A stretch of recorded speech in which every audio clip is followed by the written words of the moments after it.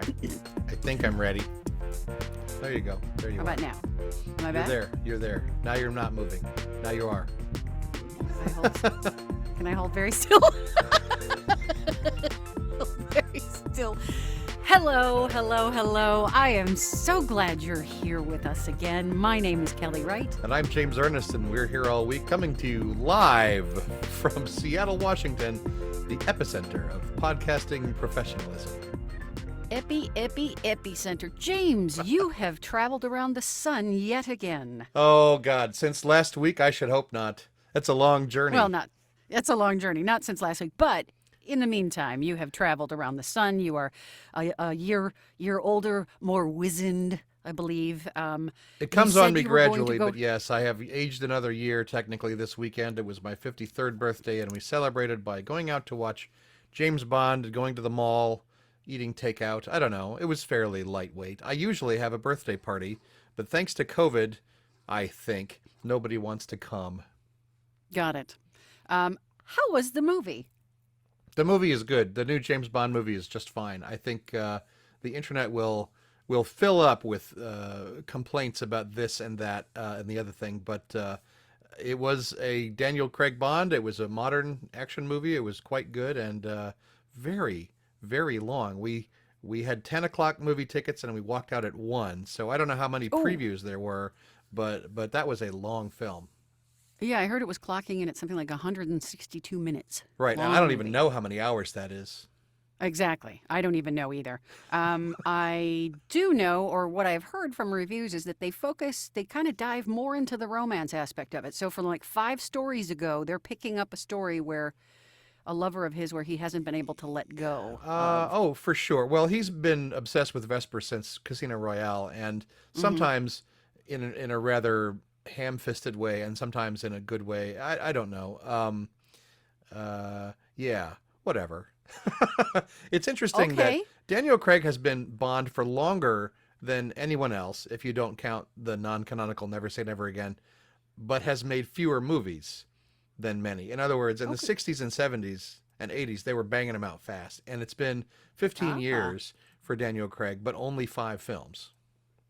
Okay, great. That's sounds like a run, and he's done now. I'm was his pretty last film. sure he's done now. That's what everyone As Bond. says. It's not his acting career. No, I don't mean he's done. Daniel It's Craig just is done. We all know that's what I mean. Yeah. He's done Right. being Bond, and there will be another, and I guess no one knows who.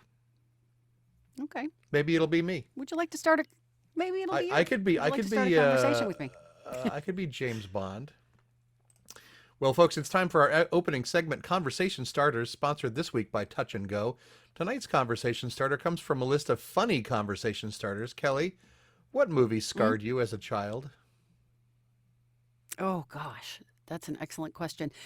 It scarred me as a child, however, made me a huge fan of the genre as I got older. It was the 1979 film Dawn of the Dead. Oh, and really? I was 10 years old, Mm-hmm. and I begged and begged and begged my mother to take me to the theater because I wanted to see that movie. Oh, wow. And so, like any young mother thinking, how bad could it be? She And took that's what young me, mothers do. 10 years old, and my 7-year-old sister to the theater to watch this movie. And what did I do is I buried my face in her sweater and cried through the whole film. And my sister kept leaning over saying, we can go home now. We can go home. And I'm like, no, I have to make it to the end. I Oh, have my to make God. it. And so, so for the next 2 years, it determined on which bedroom I would choose to sleep in. So I always chose the bedroom that was furthest away from the stairs, so when the zombies came shambling upstairs, I would have a chance to escape while they attacked my family. And there you go. Yeah. I believe Nora wanted to be carried screaming out of Coraline. I believe she simply looked at the exit sign and said, I want to exit. But Jaws came out in 1975, isn't that right? When I was 7 years old. And I did not beg or plead to go to this film, but I was taken anyway because my parents thought it can't be that scary. And I was so terrified of that movie. I was afraid for my grandparents who live on the ocean. and Ah. terrified that they would be attacked by sharks. And after some time, whatever, a day or a week, I don't know how long, my thoughtful parents reassured me that the shark in the movie was a mechanical shark, which led me to Hmm. believe that now it could get to me. It could walk up my driveway and get me, which was not an improvement over feeling afraid for my grandparents. So Yeah. yeah, Yeah. that was certainly a traumatic experience, and yeah, my mom thinks she's never lived it down, and I'm just gonna let that be. Yeah, my sister and I every now and then bring up, the old Dawn of the Dead thing, but I'm a huge fan now of zombie films. I watch all of them, the good and the bad. I would So, say that I'm a big uh, fan of shark films, except it's not a huge category. yeah, it's not really, except if you follow up on the really awful, like Sharknado or Megalodon Shark or I did actually Jaws watch the 2. Meg. I thought that was more funny Okay. than scary. Which Jason But Statham makes any action movie funny. I would rip out your tonsils, but I don't think you deserve the ice cream. yeah, there's also, what is it, Sharknado 2, and there's Jaws 2 and Jaws 3, which is just awful, awful. Roy Scheider didn't even want anything to do. He reluctantly did Jaws 2, but Right? said, I want nothing to do with Jaws 3. Yeah, I'm done. well, So, sure. Well, rightfully Janice so. and the He was, dozens, please tell us about the lasting scars of your youth. And while you're at it, check out our Her All Week Patreon page, wherever great links are listed. thanks, Janice. Please send us a question when you want to talk to us. Anybody can send us a question even when you don't want to talk to us. You can say, hey, shut up. It doesn't matter. Just send If us you an don't want email. to talk to It's all us, good. send us your questions and then never listen to us again. And then never listen to the show. Since we were talking about movies, I found it interesting. I listened to the sound clip about from George Clooney as one of the reporters was asking him about his interactions with Trump, and George Clooney compares Biden's struggles as to a battered child after Trump trying to deal with no, it's every little gun shy. But I love the fact the way he describes Trump. He says before he did any of this presidency, he was just a guy who chased girls. This knucklehead would be sitting there, be like, hey, she's a pretty girl, she's a pretty girl. I just love the fact that he called the former president a knucklehead. It's just not a word you hear anymore. I thought that was great. Knucklehead. It is it is somewhat restrained of a thing to call our former president. But It's sure, restrained, among yet all the so other things he perfect. may be, he is a knucklehead. Knucklehead is a word that has such great umami to it. There's so many layers. There's That's so right. many It's fun to say. flares. It is fun to say. So it's good. It's a good word. It should come What's back. on your shirt Knucklehead. today, Kelly? I am wearing a sweatshirt. A comedian by the name of Chelsea Lynn does a character called Trailer Trash Tammy. And so this picture of her is her hair is all slicked back and she's got a cigarette and an eagle on her. And this is just called, she calls this sweatshirt picture Majestic AF. So, Trailer Trash Tammy. And before anybody gets their panties in a bunch in regards to trailer trash, it's, that's classist. She actually grew up with a couple of druggy parents in a trailer in Oklahoma. So she's rightfully claiming that name. So she has firsthand account of it. But she's on Instagram. She has a YouTube page. She does an X-rated calendar every year, and I love her. She has a podcast out. So, you can listen to Viral, but listen to us first, and then tell her you heard us here. You heard it And here. now I'll make more work for Kelly by saying link in the description. Yes, link in the description. But yes, Tammy is she is not for children. Heads up, she is not for young ears. So definitely adult humor. James, have you ever wondered why the Beatles broke up? No, I believe it was entirely Yoko Ono's fault, and I'm sticking by that story until the day I die. You are not wrong, my friend. Paul McCartney is busting out the story basically in an interview on BBC Radio 4. He said John walked into the room one day and said, I'm leaving the Beatles. And he also said, it's quite thrilling. It's rather like a divorce. And then McCartney said they were there left to pick up the pieces. Basically, what it says, McCartney said Lennon's decision to leave the band was driven by his pursuit of social justice, including movements such as bagism, where he and his wife Yoko wore bags to urge people not to judge others based on their appearance, also doing their bed-ins.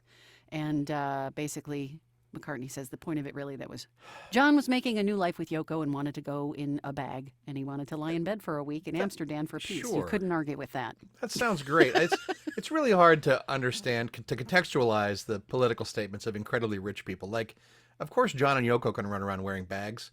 they're millionaires. Like I Hmm. can't do that because I have to hold down a job. I mean, in theory, obviously I don't, but in theory, right? So it's like good for you. You're wearing a bag, but that doesn't really tell me much because I know who you are. Anyway, I have nothing to say against the Beatles. They're a fantastic group and beautiful people, and Paul McCartney especially. I have you seen? I think we may have even talked about this before, but there's a carpool karaoke episode with Paul McCartney where they drive around Liverpool and literally like have a show, just an impromptu show for fans who don't know he's coming, and Oh, that's an awesome. amazing program. Very, very nice. That's awesome. I had a chance to speak with Sir Paul on the telephone when I worked long ago in radio, and he Oh, called the nice. studio for a phone interview. And I picked up the phone and I said, "Hi, this is Kelly." And he goes, "Kelly, it's Paul McCartney." And I went, "Sir Paul, it's And nice then to meet you." and then I And then he vomited my said, entrails through my throat and then said and then I, a hello. little panicked a bit, and I said, I let the guys know you're on the phone and ready to go." And then he gets on the air. He goes, "Yeah, I just spoke with your producer, Kelly." And then he starts singing the Kelly song from Cheers. Kelly, Kelly, Kelly, Kelly, Kelly, Kelly, Kelly. 'Cause I love that song. And I'm like, oh my God, he just sang my name. Holy crap. So that's my experience with Paul McCartney. I've seen him live once. So, and he puts on a hell of a show for the age that he is right now. The fact that he's still doing it too. Another thing that has piqued my interest, Jaimito, my friend, Superman. You Is know the that guy, no? the I know cape. this one. He's Yeah. a comic book character with Yep. extremely strong arms. Am I close? You are so close. Actually, you are very close. Superman comes out as bisexual in the next comic. So I So just we're read moving with the some times. Facebook thread about that. I thought that was Clark Kent, the son of Superman, who's coming out as bisexual. Well, All I saw was someone Superman, complaining. son of Kal-El. Yeah. Well, right. So Well, anyway, confirm that the new Superman, Jon Kent, child of Clark Kent and Lane, Jon is Kent. bisexual. Okay, okay, Yes, Jon that's Kent. fine. But yes. And the the annoying Facebook meme that I saw was someone complaining that Superman will always love only Lois Lane, and then we were like, oh, Lewis. what a typo!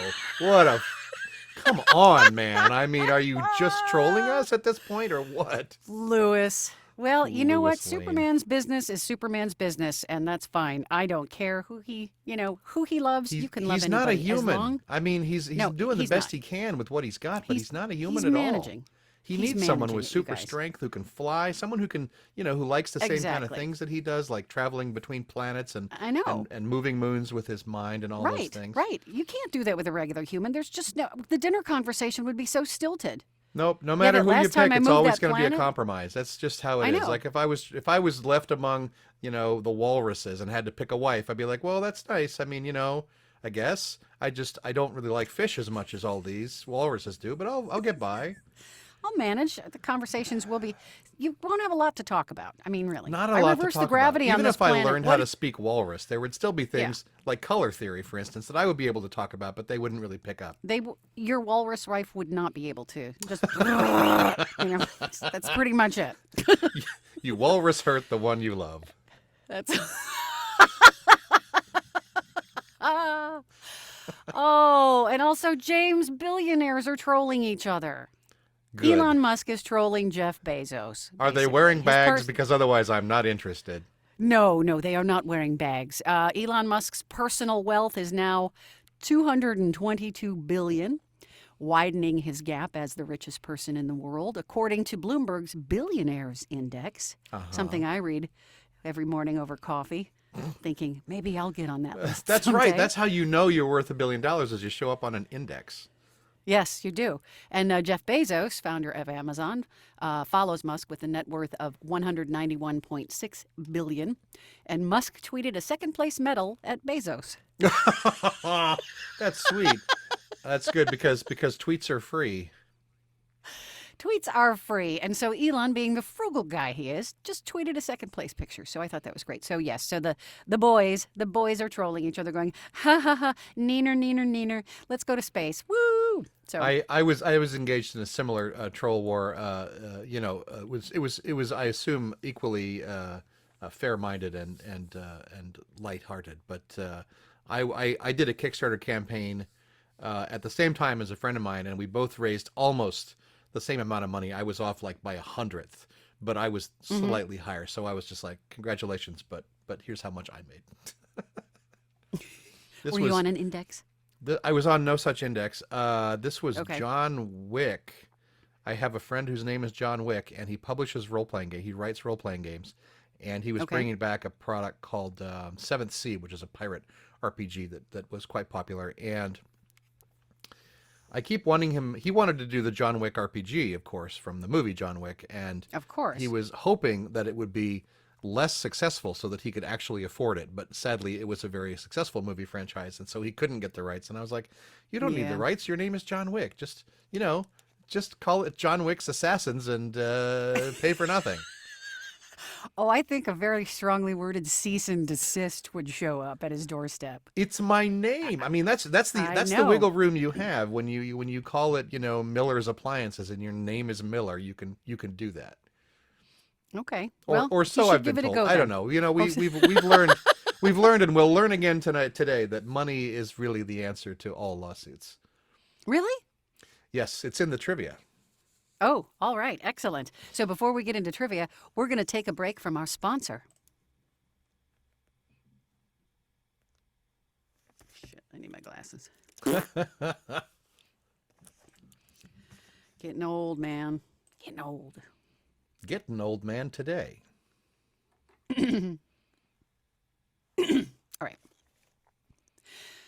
This episode of Here All Week is brought to you by Touch and Go, the drive-through brothel. Bonjour, mes amis. I am dans la voiture from the Pleasurable Company. And I'm Lickety Split, here to tell you about Nevada's best-kept secret, Touch and Go. If you're like me, you don't always have time for the executive sporting house. Between the 2-hour limo ride, the complicated menu, and bargaining with your girl, a quickie can waste your entire day. But today there's a better option, a brothel built for convenience. Touch and Go. Touch and Go is Nevada's only oh my God. It's a tough accent, folks. Touch and Go is Nevada's only drive-through escort service. Get your satisfaction satisfast from the comfort of your automobile. It's so easy. Just slide into one of our roomy sequester cubes and place your order with our no-nonsense phone app. Before you can say gross misdemeanor, your experience has begun. It's excellent. Oh my God. Most visitors are in and out in just a few minutes, and some folks stay for seconds. Touch and Go's instant gratification menu offers all the services you know and love, but without the wait. In a hurry? Choose from quickies like the Jack and Coke, the Curb Feeler, or the Flash in the Pan. Or try a hand-dipped strawberry shake now with a souvenir cup.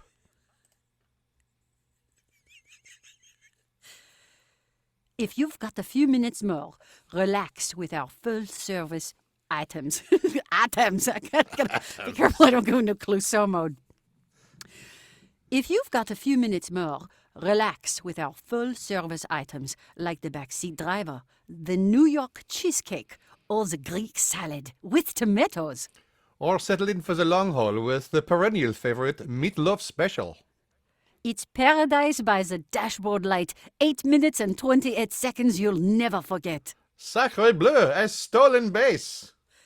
Join the Touch and Go Signature Club to earn discounts on our deluxe comfort garages. With burgundy shell and 16 free fish. Bouillabaisse. With burgundy shag walls, pink lava lamps, and velvet paintings of schnauzers dressed as Elvis, you'll be in and out before you know what happened. Sounds amazing. I cannot wait. You won't have to. The intimate experience of your dreams has never been faster or more convenient. So bring your sex drive-in to Nevada's premier sex drive-in, Touch and Go. Charges will appear on your card as Dawn's Auto Detailing. This is another service we can provide. Touch and Go, drive-through brothels, fast, convenient, and everywhere. Look for our spread in Softcore Party magazine or visit us at touchandgobrothels.com. They also do steaks. Touch and Go is a registered trademark of Don La Voiture and the Pleasurable Company, 69 Made Up Road, Fish Springs, Nevada. No part of this advertisement is in any way selling what it sounds like, and you should be ashamed for even thinking so. Shame on you, all of you, and we'll see you soon at Touch and Go.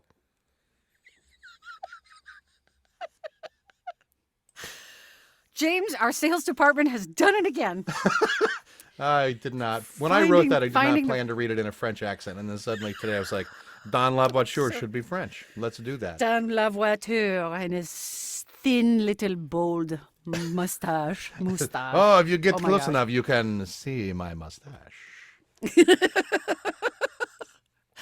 Oh, yeah. So right before we get into trivia, one quick thing with all the canceling of Southwest Airlines, they canceled, I think, over, what was it, thousands of flights, 2,000 plus flights so far, and just causing chaos all over. Wow, I did They're not saying know it's that. like- For I do not Oh, yeah, fly they're- Southwest. Right. They're saying it's like bad weather and, lack of staff. I have a feeling that people are just not showing up to work anymore due to vaccine mandates, that kind of stuff. Oh, yeah. But yeah, so it's causing chaos. And so one story that I was reading was a guy rented a 10-foot U-Haul truck and he drove 500 miles to get home after Southwest, canceled his flight. And I have not had to do that, fortunately. I don't know if you've ever been in that jam. Canceled flight. I've certainly been in canceled and delayed flight territory. I was at Essen, which it's a city, but it's what we call the Spiel convention in Essen, Germany, which is a big gaming convention, like 3 times bigger than Gen Con or whatever. I was there with a friend of mine, and we were booked home from Germany through London on British Airways, and London was fogged in. So there was nothing really wrong with our start point or our finish point, but the midpoint was not flying. And so we were delayed and probably delayed for a whole day.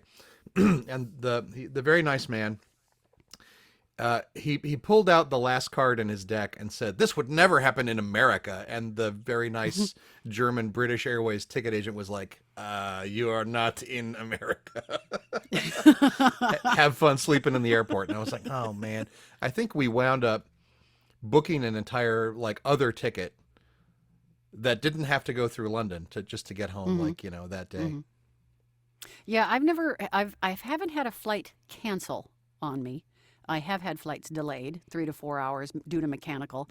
I don't have a problem with that. If they're saying it's a mechanical delay, I'm like, good, fix it. Make sure the plane is completely. They often say mechanical delay when it's actually somebody just puked in one of the seats, but still, it's a mechanical delay of sorts. It's either that or it's the flight crew is late coming in from another flight, so they can't take off without the crew. But, when you hear mechanical, I'm like, take your time. It's all good. Not a problem. But I've never been on an airline that has canceled a flight because I don't fly Southwest. So there you go. All right. Hit me with some trivia, we had a my friend. mechanical delay once getting out of Jamaica. We had just worked a cruise ship for a month, and we were in the Jamaica airport with all the passengers who just got off that boat. But the airline crew came and whispered to us because we were boat crew. They were like, "We are not going to leave for 7 hours, so you go and have a fun time in Montego Bay and come back in 7 hours." And I guess they kept the rest of them there, but they had an equipment failure so bad that they had to borrow a plane from someone else, fly it to Jamaica from LA to get us on it. And that was why they knew it was 7 hours out. Like, they weren't fixing this one. They were bringing in another one. They were bringing it in. Got it. Gosh. So did you have a good time in Montego? We did, actually. I bought a wooden fish that I'm looking at right now. Oh, nice. That's your memory. We were delayed. I got a fish. I got a wooden fish. What are you going to do? What are you going to do? I should haul that You're down going to do what for the later. locals do. Get a wooden fish. Do what the locals do. When you come to Jamaica, always be sure and get a wooden fish. I was like 20, and the locals were trying to sell me weed with like, "Hey, schoolboy," and trying to get me over there. I'm like, Yeah. No, I can't. But thanks. No mushroom tea, no weed for you. No weed for me. Well, Kelly, it's time for a trivia contest starring just I'm you. so happy. Okay.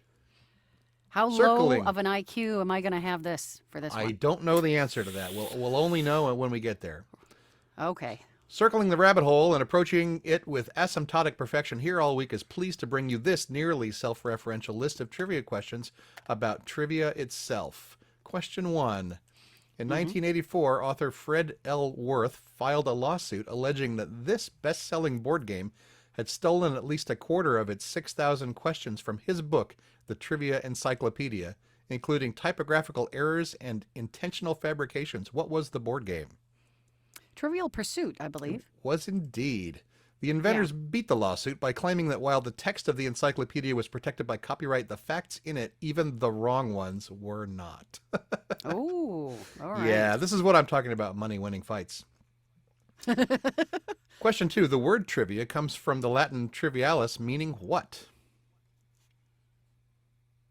Trivialis. Isn't that an ED medication? No, that's Cialis. Yes, it Sorry. is. It is a medication for Trivialis. erectile dysfunction, first used by Julius Caesar during his I do not know. emperorship of Rome. The common meaning of trivialis is common or found everywhere. The root is trivia, literally three roads, meaning a crossroads or fork in the road, which eventually took on the slang meaning everyday or commonplace, which is itself a compound of the English words common and place. Question 3. Okay. A proverb rejecting the irrelevance of ordinary things begins with, for want of a nail. At the end of this common parable, what is lost? What is lost? Yeah, for want of a nail, the so forth.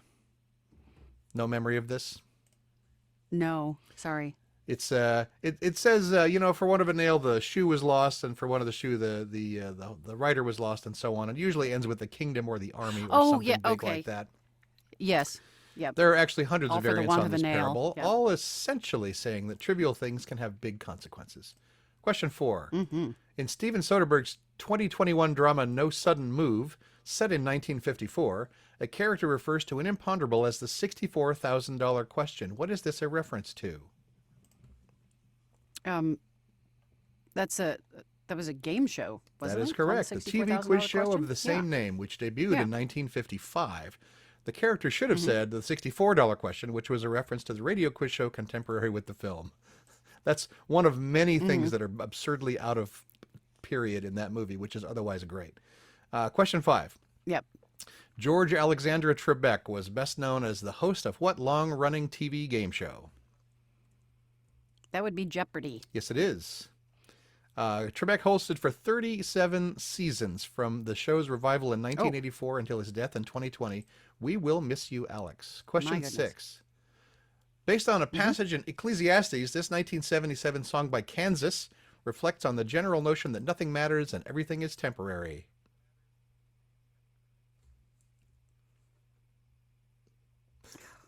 It's a chart God. topper. Oh, I know. James, help me out. I'm having a brain All we blank. are is. Everything is. You broke up. I'm sorry. Can you say it again? You broke All up. we are is. Dust in the Wind. There Very we go. good. Kansas. Thank you. Not to be confused with Turn, Turn, Turn, the 1959 Pete Seeger song, also based on Ecclesiastes, but with a slightly peppier moral. Question 7. In 2007, comedian Drew Carey replaced Bob Barker as the host of this long-running game show about knowing the cost of things. That would be The Price is Right. Yes, it would. There is now a Bob Barker-era channel on Pluto TV that runs 1980s episodes of The Price is Right all day long. Question 8.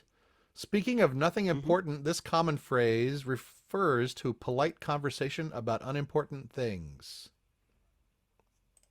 Small talk. Small talk is correct. For some, small talk is an essential mode of communicating emotion through subtext. For others, it is a parched hellscape of mind-numbing mouth noises. Thanks for playing today's Trivia About Trivia game, and yes, this will all be on the test. Well, I'm looking forward to it. I think I did okay on this one.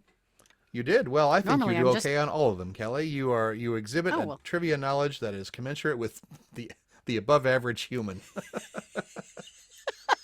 Well, thank you. I appreciate that. Every I'm just set of questions I average. I'm write is a solid ranging C. shot, Kelly, and it's sort of a challenge to me to make sure that you get some, but not all of them. Solid C student. Yay.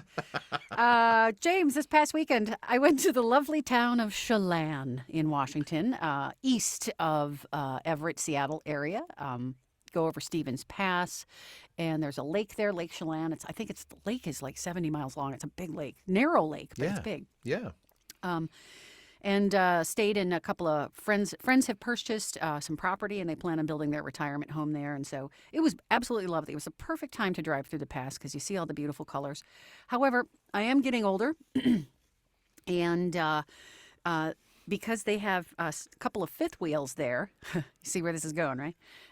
They have a couple of fifth wheels there, and so I'm not used to going up and down stairs on fifth wheels. They're a little steeper, a little more rickety, right?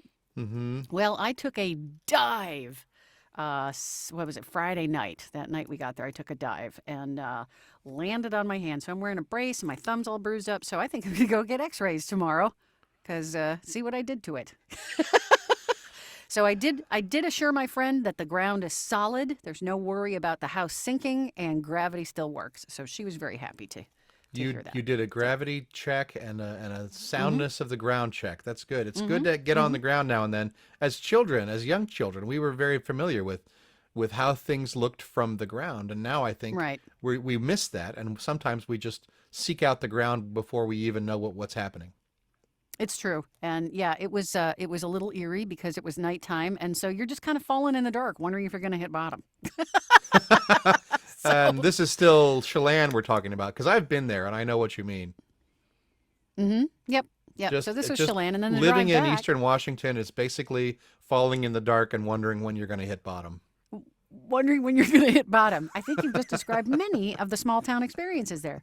But we did stop along the way back because it's prime peak apple season. So we picked up a couple of bags of apples from a couple of stands. And we hit every weather pattern possible coming up over the pass. It was beautiful and sunny, and then we climb and it's foggy, and then it's rain, and then boom, at peak elevation, we hit the whiteout. We couldn't see any further, less than half a mile visibility. And then as we come down the other side, fog again, come back into the sun. It was weird. We hit all the seasons all at once. It was great. Well, that sounds like a lovely trip. I stayed more or less to home this weekend. Oh, you did? Okay. I did. I got did. anything I did nothing of value. I sat around my house and actually I did some editing work for our videos, the videos we have on YouTube. That's right. Go see them now. Go link to them You're gonna now. have anything? Go link to them now. Anything exciting coming up this week? I have my professional organizer coming in on Saturday to help me with decluttering. That's what I Oh, got. that's pretty exciting. No, I'm doing almost nothing this week. I am returning to Las Vegas, and then I'll be returning here again a week from that. I keep having things I want to do in both places, and flying is so cheap that I'm doing that. Well, good. I am glad you're doing that. Folks, thank you so much for joining us today. Sorry about some of the technical issues that we were having, but hey, it's the internet. It happens. Once again, be kind. Be kind to yourself, your friends, your family, your community. We are all going through it. Wash your hands. Wear a mask. Be nice. It's a good rule. Be nice. And again, thanks for spending your time with us. My name is Kelly Wright. And I'm James Ernest, and we're here all week.